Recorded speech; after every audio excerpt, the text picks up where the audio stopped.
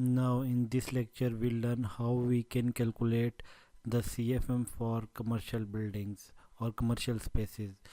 So the CFM calculation for commercial spaces is quite different from the CFM calculation for other like hospital, pharmacies or other type of building. We use air changes per hour to calculate the CFM for a space, but in case of commercial buildings we use sensible heat for calculating CFM. So here you see this is the formula. Here we see QS is total sensible heat, and here we have CFM, and this is a temperature difference.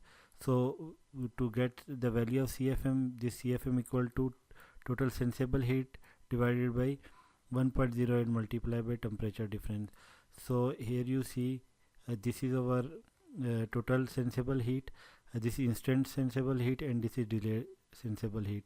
So by adding these two spaces sensible heats, we get the total sensible heat. So now we add total sensible heat here, and similarly here you see this is peak outdoor temperature condition.